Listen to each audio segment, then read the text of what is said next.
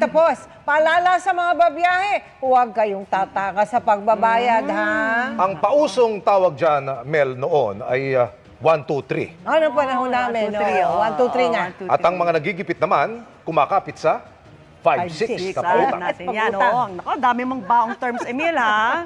Pero laos na raw yan. Ay, Sa napiling bakit? word of the year Ano? ng online platform na dictionary.com, yung 6-7. 6-7. Ano naman yun? Oh, di ba? Gamit na gamit po ang salitang yan ng mga Gen Alpha o yung mga ipinanganak mula taong 2010 hanggang 2024 pero wala yang iisang ibig sabihin. Depende raw yan sa gamit. Pwedeng ang ibig sabihin yan ay so-so, medyo-medyo lang, o kaya naman maybe this, maybe that, na parang siguro.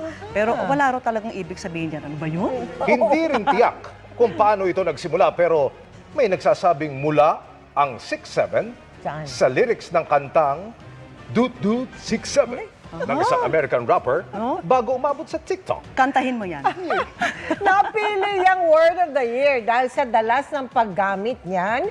At syempre, pag-search niyan online ayon sa pag-aaral ng dictionary.com. Para pala yung chorva o channeling. Alam mo ba yun, Emil? Yung chorva at channeling. Alam mo ba yan? 6-7. Aba, Gen Alpha ka pala, ha?